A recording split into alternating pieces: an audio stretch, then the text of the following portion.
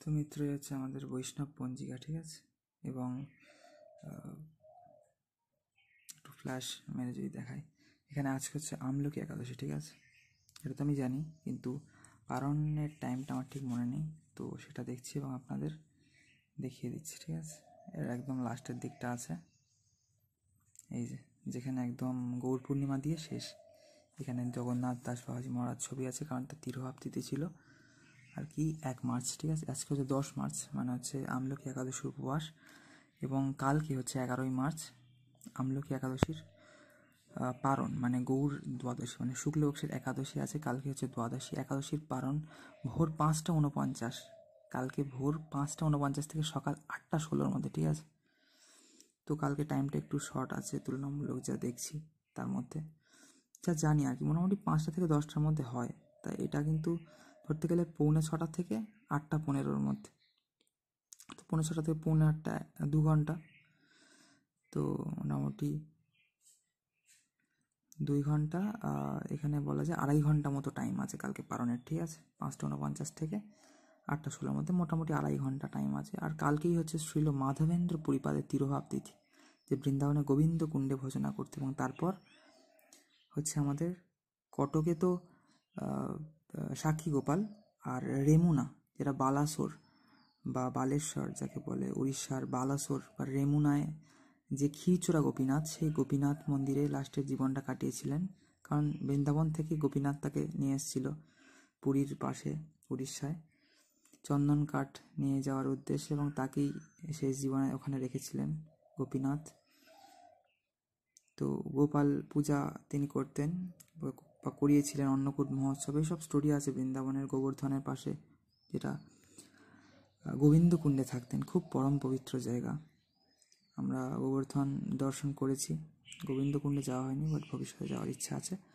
এবং আজকে যেহেতু একাদশী মাহাত্ম্য গ্রন্থ পাঠ করছি, আর এমনি যেহেতু চলছে একাদশী বলে শুধু না, এই বইটা আমার পড়া চলছে, শেষ হয়ে যাবে খুব শীঘ্রই এমনি। আর ওই দিনই কিন্তু কালকে কিন্তু শান্তিপুর উৎসব আছে, মানে অদ্বৈত আচার্যের গৃহের বা তার দেশে বা তার রাজ্যে বা তার স্থানের আর কি উৎসব। অদ্বৈত আচার্য আমাদের যে মহাবিষ্ণু এবং সদাশিবের রূপ বলা হয় যাকে। এবং খুব শীঘ্রই আমাদের 14 মার্চ বন্ধুরা শ্রীকৃষ্ণের দোলযাত্রা বা শ্রী গৌরাঙ্গ মহাপ্রভু আবির্ভাব তিথি মহামহোৎসব বা চন্দ্রোদয় পর্যন্ত উপবাস। কারেন্ট এলো হঠাৎ করে, লোডশেডিং হয়ে গিয়েছিলো অনেকক্ষণ আগে, অনেকক্ষণ কারেন্ট ছিল না। যাই হোক, খুব শীঘ্রই আমাদের আসছে মহাপ্রভু আবির্ভাব তিথি। এখন নবদ্বীপ মণ্ডল পরিক্রমা চলছে এবং তারপর আসছে আমাদের মহাপ্রভুর আবির্ভাব তিথি। তো বন্ধুরা সবাইকে হরে কৃষ্ণ, রাধে শ্যাম, রাধে রাধে, জয় জয় শ্রী নিতাই গৌর সীতানাথ প্রেমানন্দে, হরি হরি বল। আর এই হচ্ছে আমাদের একাদশী মাহাত্ম্য, আর এই হচ্ছে আমাদের বন্ধুরা বৈষ্ণব পঞ্জিকা, ঠিক আছে। এই সমস্ত দিব্য গ্রন্থ আপনারা পাঠ করবেন। একাদশী সম্বন্ধে সম্পূর্ণ জানকারি, যে কবে একাদশী, আজকে তো ধরতে গেলে যা দেখালাম এই বৈষ্ণব পঞ্জিকায় গৌর পূর্ণিমায় শেষ হয়ে গেল, ঠিক আছে। আগের বছর ওই রকম মোটামুটি স্টার্ট হয়েছিল এপ্রিলের দিক থেকে, এই যেটা তো স্টার্টিং, যেটা আপনাকে দেখিয়ে দিচ্ছি। ওই এক বিষ্ণু দিয়ে গোবিন্দ পর্যন্ত, বিষ্ণু থেকে গোবিন্দ পর্যন্ত, ঠিক আছে। মানে 12ই চৈত্র 26 মার্চ থেকে শুরু হয়েছিল মঙ্গলবার কৃষ্ণ প্রতিপদ, মানে প্রথম মনে হয় শ্রী জগন্নাথ মিশ্রের আনন্দ উৎসব, মানে ওই গৌর পূর্ণিমার পরেরটাই, ঠিক আছে। জগন্নাথ মিশ্রের পুত্র যেহেতু তিনি, এবং সচিমাতার পুত্র, জগন্নাথ মিশ্র এবং সচিমাতার পুত্র নবদ্বীপ মায়াপুরে। তো যেমন নন্দ উৎসব হয় জন্মাষ্টমীর পরের দিন, তেমনি কিন্তু মহাপ্রভু আবির্ভাবের পরের দিন হচ্ছে জগন্নাথ মিশ্রের আনন্দ উৎসব। তো ঠিক এর পরেরই কিন্তু ব্যাপার এটা, এই বেরিয়ে গেল এইগুলো না, এই যে একদম 1 বিষ্ণু থেকে 30 গোবিন্দ পর্যন্ত, ঠিক আছে। 29 ফাল্গুন, 14ই মার্চ শুক্রবার পড়েছে পূর্ণিমা, এটাকে গৌর পূর্ণিমা বলা হয়। বা এই মানে দোলযাত্রাও আছে, আর গৌরাঙ্গ মহাপ্রভুর আবির্ভাব তিথি বা জন্মদিন মহাপ্রভুর, সেই উদ্দেশ্যে, ঠিক আছে। নিত্যানন্দ মহাপ্রভুর তো জন্মদিন চলে গেল কদিন আগে, নিত্যানন্দ ত্রয়োদশী, মাঘ মাসের শুক্লপক্ষের ত্রয়োদশী তিথিতে, তাই না। যেমন একটা গান আছে যে রার দেশ নাম একো চক্র গ্রাম, হরাই পণ্ডিত ঘর, শুভ মাঘ মাসি শুক্ল ত্রয়োদশী, জন্মিলেন হলধর।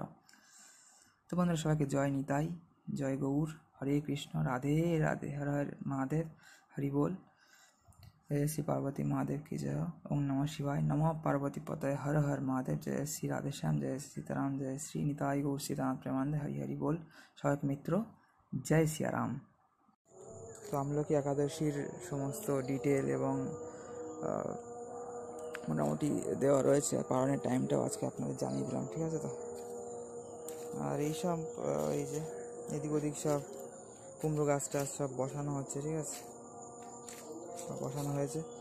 আর ওইখানে যে পেয়ারা গাছগুলো মানে চাষ দেওয়ার সময় মারা গেছিল না, ওইখানটায় দুটো ছিল ওই মাঝখানের দিকটা, আর এইখানে এই মাঝখানের দিকটা দেখতে পাচ্ছি যেটা স্ক্রিনের, তো এখানে তিনটে ছোট্ট ছিল, আর ওখানে দুটো মিডিয়াম, একটা তার থেকে ওটা ছোটো আর একটু বড়, ওর মধ্যে একখানা এইখানে বসিয়েছি, একটু জল দিতে হয়, বাট কন্ডিশন ভালো না। আর তিনটে লেবু গাছ ছিল না, তিনটে লেবু গাছের মধ্যেও জল দিতে হবে, আর এইটা শুকিয়ে গেছে, চারটের মধ্যে একটা শুকিয়ে গেছে। আর এই পেয়ারা গাছটা তো আলাদা, সামনের দিককার একটা পেয়ারা গাছ, আর এইখানে পেঁপে গাছটা নষ্ট হয়ে গিয়েছে। আর এই মিত্র মানে এই যে পেয়ারা গাছটা শুকিয়ে গেছে যেমনই দেখতে পাচ্ছেন, ঠিক আছে, মশা খুব এখন। আর এই পেয়ারা গাছটাও কিন্তু শুকিয়ে যাচ্ছে, এখন গিয়েছে মনে হয়।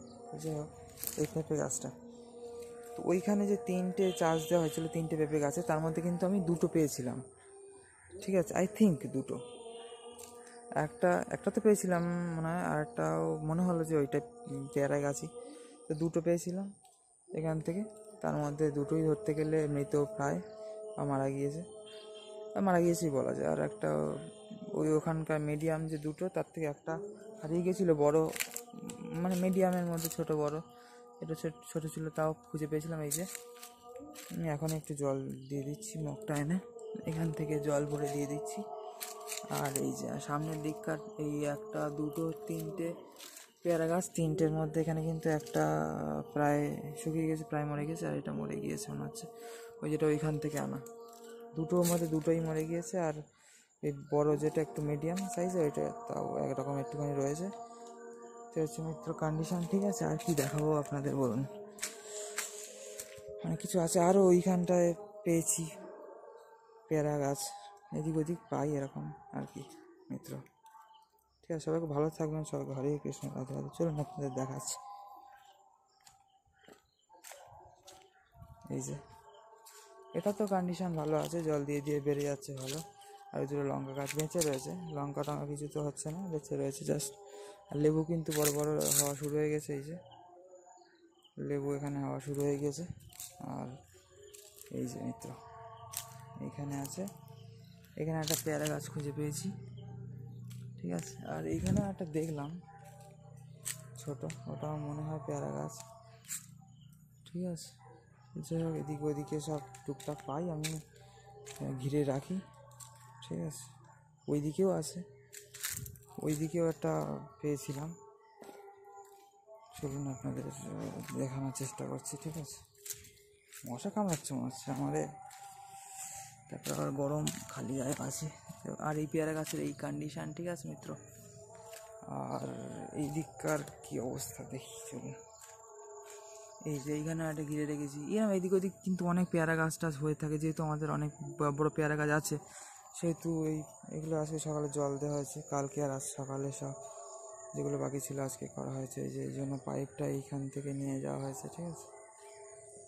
তো যাই হোক, এই হচ্ছে, আবার চলে আসলাম এইদিকে আপনাদের দেখাতে দেখাতে ওই দিক থেকে ঘুরে। এবং চাঁদ মামা কিন্তু উঠে গিয়েছে, আমার চন্দ্র মামা, চন্দ্রদেব ভগবান।